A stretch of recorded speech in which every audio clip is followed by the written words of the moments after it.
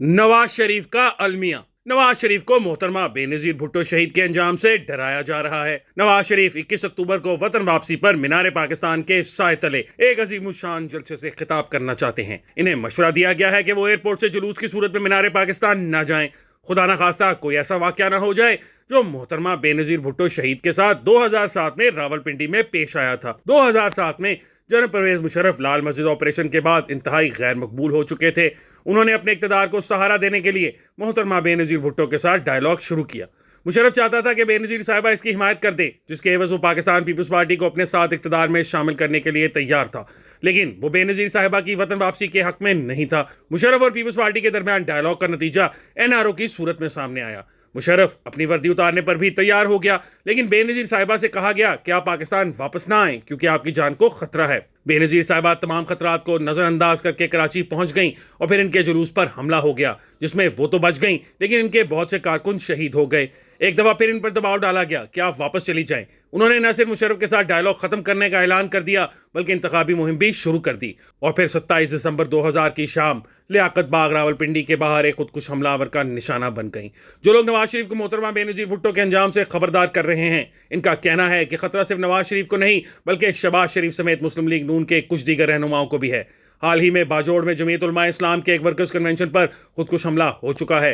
लिहाजा नवाज शरीफ को दी जाने वाली वार्निंग को नजरअंदाज नहीं किया जा सकता। इन्हें मोहतात रहना होगा, लेकिन वतन वापस तो आना है। मुस्लिम लीग नून के बगैर एक मौसर इंतखाबी मुहिम नहीं चला सकती। वतन वापसी पर इनकी गिरफ्तारी के खदशे का भी इजहार किया गया है। इनके वकला वापसी से कबल हिफाजती जमानत हासिल करने के इम्कानात का भी जायजा ले रहे हैं, लेकिन नवाज शरीफ को गिरफ्तारी से नहीं डरना चाहिए। नवाज शरीफ ने पाकिस्तान में सियासत करनी है तो जेल जाने को भी एक सियासी जरूरत समझें, क्योंकि जेल बहुत सी कमजोरियों और गलतियों को छुपा देती है। यूसुफ रजा गिलानी जेल न जाते तो कभी वजीर आजम न बनते। आसिफ जरदारी लंबी लंबी कैदें न काटते तो कभी सदर पाकिस्तान न बनते। नवाज शरीफ वापस आएंगे तो इलेक्शन का इनेकाद यकीनी हो जाएगा। अगर वो वापसी में ताखीर करेंगे तो इलेक्शन भी ताखीर का शिकार हो सकता है। इनकी जमात इन्हें चौथी मरतबा पाकिस्तान का वजीर आजम बनाने की मुतमन्नी है। मसला यह है कि मुस्लिम लीग नून के माहिरीन सियासत अपनी रिवायती पावर पॉलिटिक्स के जरिए नवाज शरीफ को चौथी मरतबा वजीर आजम तो बनवा देंगे, लेकिन इसके बाद क्या होगा?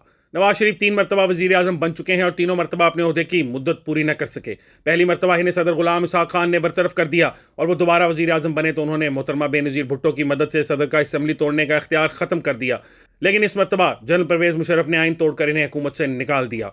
तीसरी मरतबा इनके खिलाफ सुप्रीम कोर्ट को इस्तेमाल किया गया। चौथी मरतबा हुकूमत से निकालने के लिए कोई नई साजिश की जा सकती है। लिहाजा नवाज शरीफ चौथी मरतबा वजीर आजम बनने से कब साजिशों का रास्ता रोकना चाहते हैं। उन्होंने साबिक army chief general Qamar Javed Bajwa, Faiz Hamid और कुछ रिटायर्ड जजों के एहतसाब का मुतालबा कर दिया है। जब से उन्होंने ये बात की है, इनकी अपनी ही पार्टी के कई नामी ग्रामी रहनुमा सख्त परेशानी का शिकार हैं। हमारे इन परेशान दोस्तों का ख्याल है कि एक साबिक आर्मी चीफ और साबिक DGISI के एहतसाब का मुतालबा सही ला हासिल है और मुस्लिम लीग नून को लेने के देने भी पड़ सकते हैं। ये वही साहिबान हैं जो 2016 में नवाज शरीफ को मशवरा दिया करते थे कि आप परवेज मुशर्रफ के एहतसाब का ख्याल दिल से निकाल दें और इन्हें तिब्बी वजूहात पर मुल्क से बाहर जाने दें।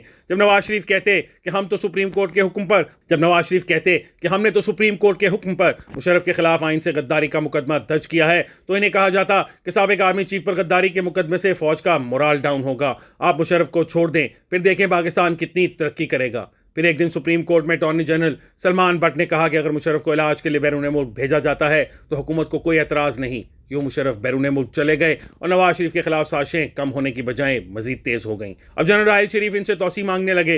राहिल शरीफ से जान छुड़ाकर कमर जावेद बाजवा को लाया गया। बाजवा साहब सुप्रीम कोर्ट के कौन कौन से जज को कब और कहां मिलते थे, ये एक लंबी कहानी है, लेकिन नवाज शरीफ को सुप्रीम कोर्ट के जरिए नाअहल करार दिलवाने की साजिश में वो मुकम्मल तौर पर शरीक थे। मुझे कुछ बताने की जरूरत नहीं, नवाज शरीफ को खुद भी सब पता है, क्योंकि 2018 में इनके साथ जेल में जो भी हुआ बाजवा की मर्जी से हुआ। 2018 के इलेक्शन में जो खुली धांधली हुई वो एक प्रोजेक्ट का हिस्सा थी और इस प्रोजेक्ट के सुपरवाइजर बाजवा थे। आज इमरान खान को अडयाला जेल के इसी सेल में रखा गया है जहां पहले नवाज शरीफ कैद थे। अगर आज इमरान खान को मुल्क दुश्मन करार दिया जा रहा है तो इस मुल्क दुश्मन को धांधली से इक़्तिदार में कौन लाया? बाजवा की सियासत में मुदाखलत के सबसे बड़े ऐनी शाहिद खुद शहबाज शरीफ हैं, जिन्होंने बाजवा के बहकावे में आकर नवाज शरीफ को धोखा देने से इनकार किया। क्या सियासत में मुदाखलत आइन के आर्टिकल 244 की खिलाफ वर्जी नहीं है? अगर सियासतदानों पर मुकदमे बन सकते हैं तो रिटायर्ड जर्नैलों पर क्यों नहीं बन सकते?